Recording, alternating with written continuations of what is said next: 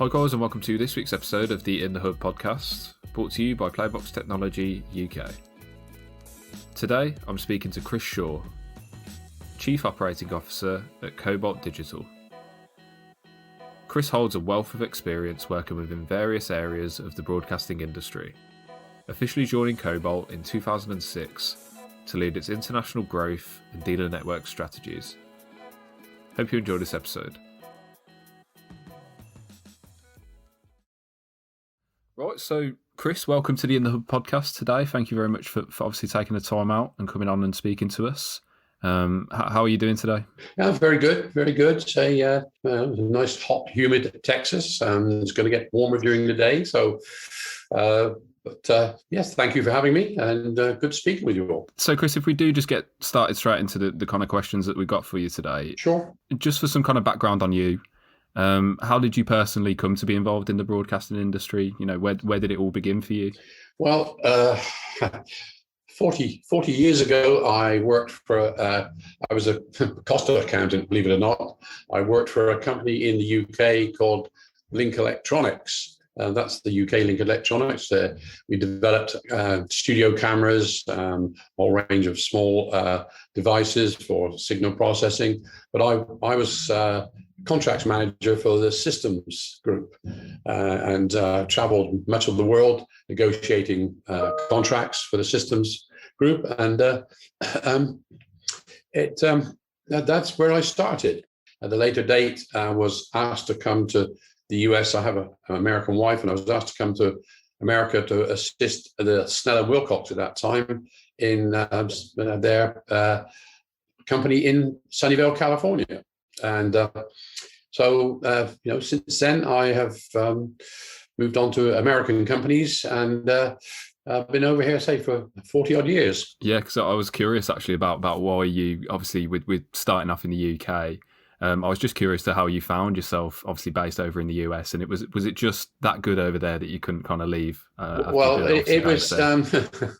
Let's not get too much into that, but I think it was partially due to marriage, and my wife's relatives are over here, and but I was fortunate to meet some very good people in various companies, and eventually including Gene Zimmerman, the founder and president of Cobalt. I've worked with Gene now for two different stints, one for 8 or 9 years, and then I left, and he asked me to come back about 3 years ago to help him out, and I've been with them ever since, and enjoying what I'm doing. Yeah, 100%. That leads us quite nicely on to the next question I had for you, Chris, which was, who are Cobalt Digital, and what kind of products and services do you guys provide? Well, Cobalt Digital was founded in 1997, and I think basically Gene developed the first throwdown box A to D, D to A for NEP at the time. They asked, he said he could do something. They asked if he'd supply some, and I think that eventually went into thousands, and therefore it was necessary to create a company. Then a few years ago, we joined. We were the joint founders of openGear with Ward Beck, Ross, and ourselves, and we have focused very much on the openGear line since then, with a extensive range of product, not just focusing on one area. But we still do throwdown boxes as well. We find that's still a requirement for the customers. Yeah, and now that we're kind of, and I hate to bring it up, Chris, I know we've all been speaking about it, a lot over the past kind of year or so. But now that we're kind of finally starting to emerge from COVID and coronavirus, and just looking back, have you now got a clearer sense of how the pandemic actually affected Cobalt as a whole and your customers? Can you look back now and pick out, We were somewhat fortunate. We have a small group of people, and I think sometimes the average perception of Cobalt is larger outside than it is inside. But we had to make some cost cuts, and we did that by reducing salaries. We never furloughed anybody. We never laid anybody off. We've actually added people throughout COVID. yes, it did affect our customer base. Yes, it did affect traveling. It affected trade shows, which we'll talk about a little bit more later. But those were sort of cost savings in themselves, and we reinvented ourselves as far as marketing, doing a lot of more email blasts, webinars. I know that sends shudders through people sometimes, the webinars. We've had too many of those, but we've perfected them a little more. I think we realized that the original webinars that we were watching and that we were actually participating in ourselves were too long. You've got to limit the time. So we've reinvented ourselves. And I mean, we've come through the pandemic, and we have taken on more engineering staff. We've now, salaries are back to where they were. We paid off all the past monies that we had reduced the salaries. So we're back up to full speed. And this month, for example, is going to be a record month in our sales. And it's a tremendous feeling that we've come through this, and we see a light at the end of the tunnel, and it's not the train coming the other direction. So we have been very fortunate at keeping the team together and working through this. Yeah, definitely. I think it's been such a learning curve, hasn't it? And yes. Any company that's been able to even survive over the past year, we've got so much respect for those guys. And it's just interesting to see how different companies have dealt with it. So like you said, Cobalt had its own approach in such uncertain times. And it's great to hear that now you guys are bouncing back in a big way as well. So obviously, Chris, I know you dropped in a little mention about openGear a little earlier, and the importance of these kind of cards for your customers and for the kind of wider industry. And I stumbled across a news article pretty recently, obviously about you guys acquiring the rights to the Ward Beck range as well. And I just wanted to kind of prod a bit and say, what do you think the future holds for openGear as a technology? Can you guys see a couple of years into the future? Where do you think it's progressing to? Well, look, gazing into my crystal ball, which quite often gets very foggy, yes, we do. I mean, we acquired Ward Beck because we wanted to retain the IP for the analog audio and video portion of their product line without having to redevelop ourselves. Believe it or not, there's still major calls out there from truck companies, Southeast Asia, requests for that type of product. So analog is not dead. There's a lot of legacy equipment out there. Far from it. Yeah. I don't think we build our future on it, but it's necessary. What we've tried to do with our extensive range of openGear products is to have a very extensive range, everything from analog audio, video, right up to HEVC encoding and decoding, and everything in between. Obviously, 12G is very important. 2110. We do not see the end of hardware in the next 2 or 3 years. It's just not going to happen. What we do see is the necessity of being able to put software options onto your cards, so that the customer, if he wants a logo inserter, if he wants color correction, etc., we can provide the options all the way through to Dolby encoding, and we are looking at several other opportunities. But it's having the wide range of product that has helped us through this situation. So a truck company, for example, won't just come to us for DA. They want our up-down cross converters. They want the ability to have HDR conversion. And we partner with Technicolor for HDR technology, and so we found that extremely important for as we move forward for sports, etc. It's having a diverse range, and of course, coming from a sales background. The engineering never moved fast enough for us, and we always want and the customer always, that's just what I want, but I want it to have pink stripes. So you have to always try and gauge when a customer requests an option for the future, what's the real revenue in this? Is this going to be 1 or 2 cards? Is it necessary to have just one or two cards that's going to slot in, and therefore the customer will purchase a lot of other cards in the library? You don't want to send engineering down a rabbit hole, working for months to provide a function that you're going to sell one or two cards. I mean, you have to make a case for why we're doing this, and it's a very difficult line to move sometimes. We always try and satisfy a customer's requirements, but we have to make an internal decision. Going back to when I started, I remember with Link Electronics, we were developing cameras, etc. We expected to get 5 to 7 years out of these products when we developed them. Now we're hoping to get 9 to 18 months out of some product. Everything's moving so dynamic. And many man years can go into some, even the development of cards. Obviously, we get the statement, "Oh, it's only software." No, it costs money to develop that. But so we see a great future in openGear moving forward, especially as more and more frames getting out to the market. Yeah, 100%. It's great to hear that you guys have got that kind of roadmap set up, and you know where you're kind of going with it. And also, just touching on the engineers there as well, Chris, oftentimes, forgotten, kind of behind the scenes.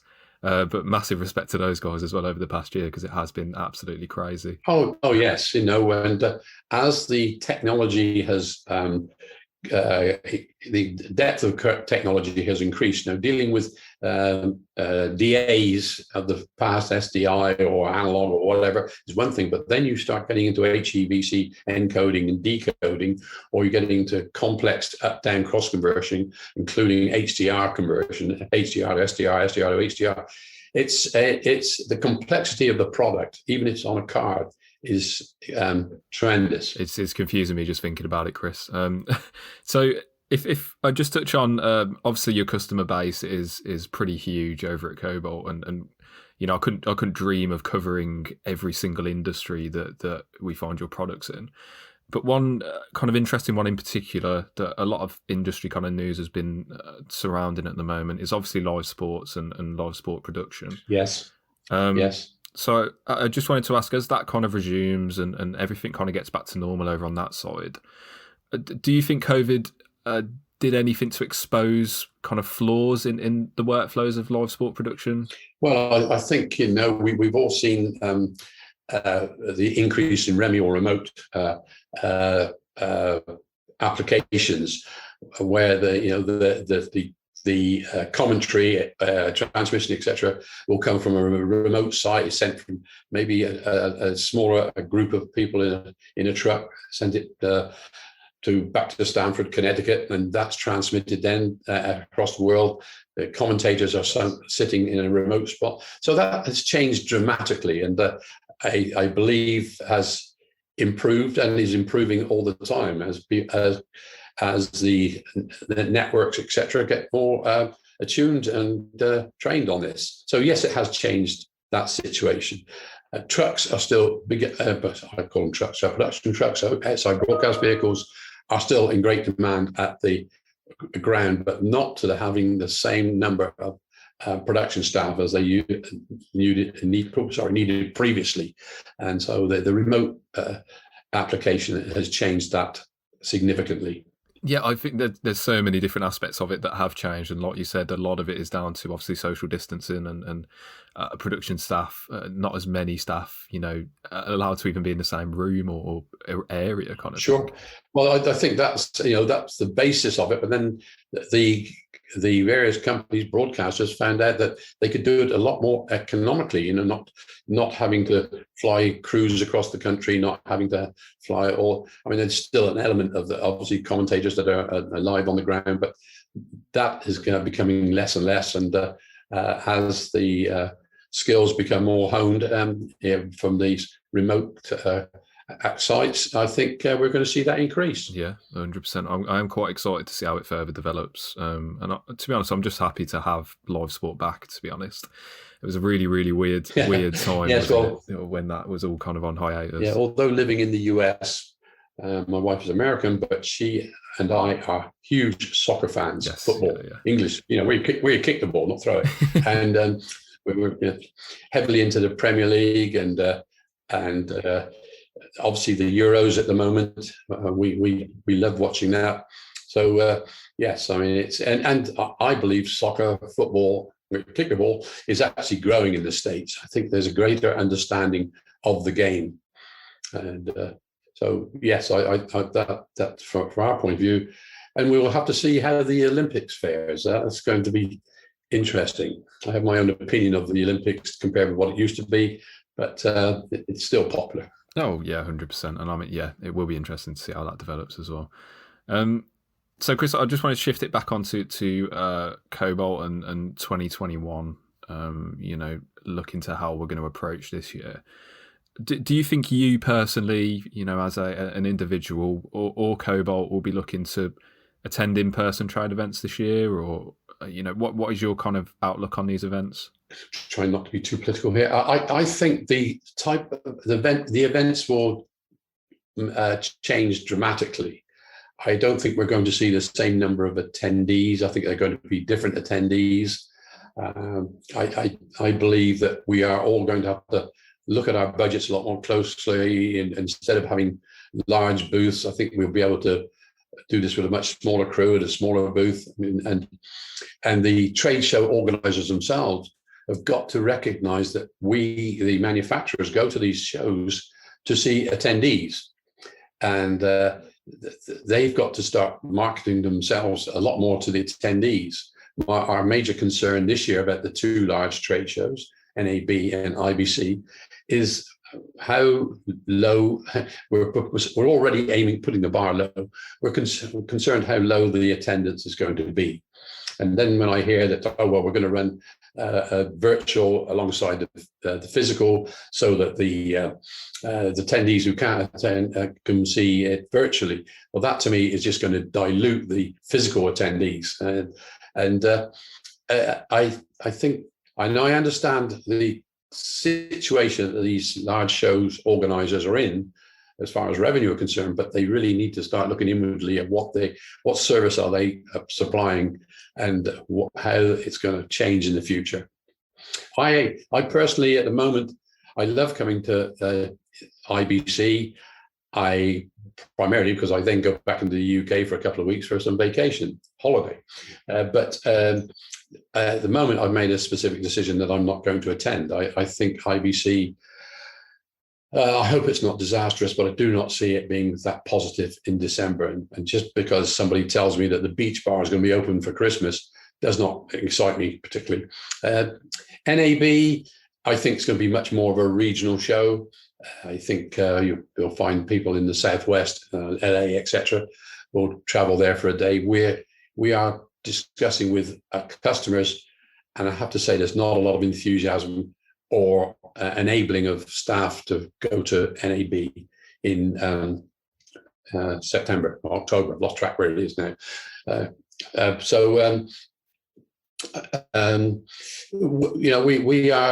We have cut our own cloth to suit this year. We're being very careful with the number of people who attend. We've cut our NAB booth down to suit. We see it as much more of hopefully a meet and greet for people who do attend. Obviously, NAB Vegas is opened up. US appears to have opened up the social distancing, etc., much more than IBC. IBC, for obvious reasons, are still having some very stringent booth rules, which are almost prohibitive to run a good show. But I understand why they're doing it. So yes, I'm probably going to spend a couple of days at NAB Vegas because it's not a vast number of miles away from me. But at the moment, I am not personally going to IBC. That we'll have a small team will go there. Yeah, 100%. No, it's completely fair enough as well, Chris. I completely understand. In terms of virtual events, I know we touched on it a bit in that kind of hybrid aspect, but when it, casting back to 2020 when they were just coming about, and obviously we had, the IABM's virtual events and IBC and things like that. Do you think these virtual events were beneficial for Cobalt, and why or why not? We have not participated in a large number. We've participated in very few, but I have to say that we've not found tremendous success from any of them.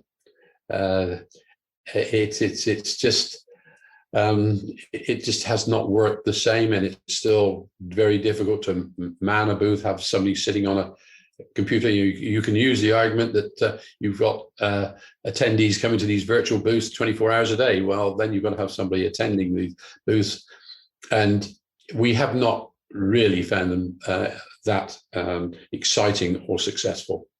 Now, whether that will change, I'm willing to be persuaded, but not at this time. And I say running a virtual alongside physical makes no sense to me. All right, Chris. So this is a question that we ask at the end of every podcast, and some people find it a little bit harder than others, but I think you'll get along just fine with it. And it's, if you could sum it up in one word and one word only, what do you envision for the future of the broadcasting industry? One word. Oh, yes. I guess I'm going to have to say, word comes immediately to mind is streaming. I was discussing with somebody the other day, do we still call ourselves a broadcast industry? Depends where what you call broadcast.